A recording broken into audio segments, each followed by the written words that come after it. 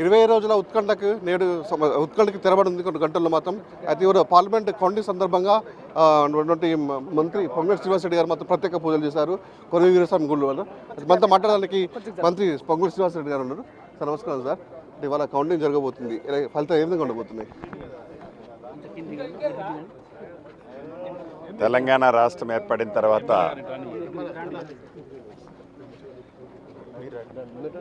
ఇచ్చిన తెలంగాణ ఆనాడు శ్రీమతి సోనియా గాంధీ గారు కాంగ్రెస్ పార్టీ మొట్టమొదటిసారి 10 సంవత్సరాల తర్వాత తెలంగాణ రాష్ట్రంలో కాంగ్రెస్ పార్టీ అధికారంలోకి ప్రజల దీవెనలతో ప్రజా పరిపాలన కోసం ప్రజలు ఎన్నుకోబడింది.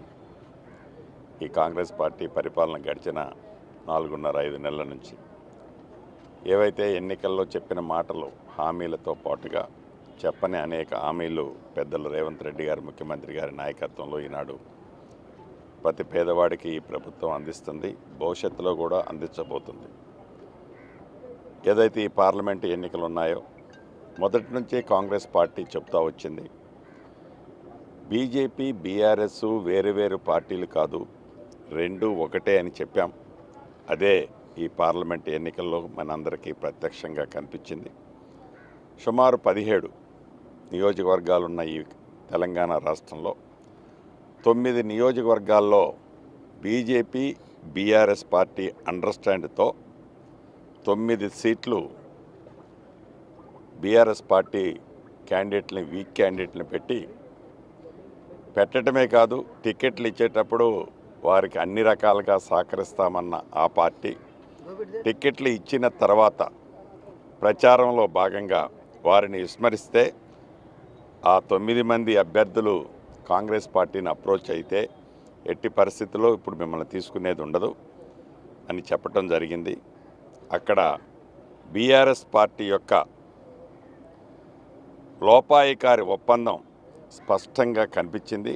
ఏది ఏమైనా ఈ ఎన్నికల్లో కాంగ్రెస్ పార్టీకి తెలంగాణ రాష్ట్రంలో అత్యధిక సీట్లు వస్తున్నాయి. అయితే ముఖ్యంగా ఏదైతే ఉందో సంబంధించినటువంటి ఎర్రబెల్లి దయాకర్ మనుషులు కూడా నేను జనగంలో మాట్లాడుతూ కూడా ఒక 1 ఇయర్ రాకముందుకే సంబంధించినటువంటి కేంద్రం కూడా సంబంధించినటువంటి కాంగ్రెస్ పార్టీ అంటే గ్రూపు మాపం లేకుండా పోతే చేస్తుందని చెప్పేసి కొన్ని వ్యాఖ్యలు చేశారు. నిన్న ఏ విధంగా సార్?